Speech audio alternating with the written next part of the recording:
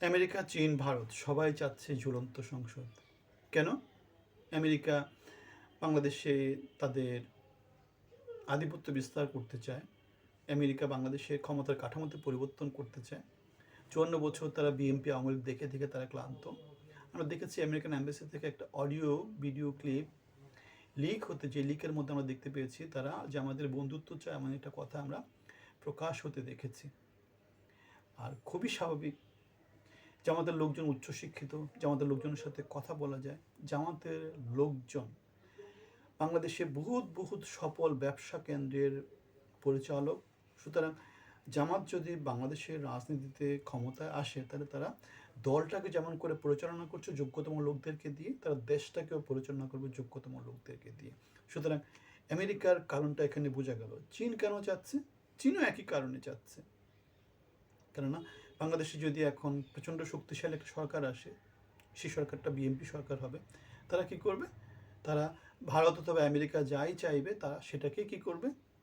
মূল্যায়ন করবে, যার ফলে চীনের আর বাংলাদেশে জায়গা হবে না। এই অবস্থায় চীন বাংলাদেশে যদি প্রাধান্য বিস্তার করতে হয়, তারা অলরেডি জামাতের সাথে বিএনপির মতো করে একই রকম করে সম্পর্ক রাখছে। সুতরাং যার ফলে যেটা দেখা যাবে, চীনের সাথে যেহেতু জামাতের অলরেডি একটা ভালো সম্পর্ক আছে, সুতরাং চীনের সাথে তারা কথাবার্তা বলতে পারবে, পলিসি অথবা সামনে যে কার্যক্রম সেগুলো নিয়ে তারা কী করতে পারবে, একটা কমন গ্রাউন্ডে যেতে পারবে। যার ফলে চীনও চাচ্ছে যে নিরঙ্কুশ সংখ্যাগরিষ্ঠ একটা সরকার থেকে মোটামুটি ভঙ্গুর একটা সরকার হোক, এবং যার ফলে চীনও চাচ্ছে যে বাংলাদেশে যাতে জামাত ক্ষমতায় আসে। কেন জামাত প্রচণ্ড রকমের ভারত বিদ্বেষী। জামাত ভারতের বিরুদ্ধে গিয়ে যা যা কিছু করা দরকার সব কিছু তারা করতে পারে।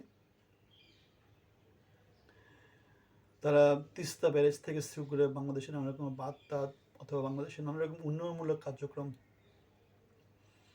ভারতের বিরোধী কার্যক্রমগুলো যেহেতু সেন্টিমেন্টগুলো আছে, সুতরাং ওই কার্যক্রমগুলো বাংলাদেশে পরিচালনা করতে পারবে। এই অবস্থায় চীনের জন্য বিএনপি থেকে ভালো হচ্ছে জামাত।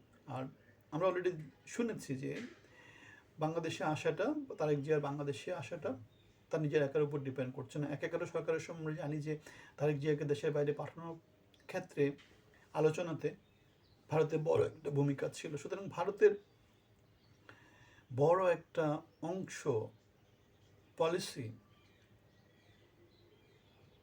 আমাদের বিএনপি লোকজন ফলো করে। ভারত যে প্রেসক্রিপশনটা দেয় সেটা বিএনপির লোকজন ফলো করে। অন্যদিকে জামাত সেটা তেমন করে একদম প্রচণ্ড রকমভাবে রিলিজিয়াসলি ফলো করে না। যার ফলে যেটা হবে, একটা দূরত্ব তৈরি হবে, এবং চীন বাংলাদেশে মোটামুটি চীন বাংলাদেশে তাদের গঠনমূলক কাজগুলো চালিয়ে যেতে পারবে।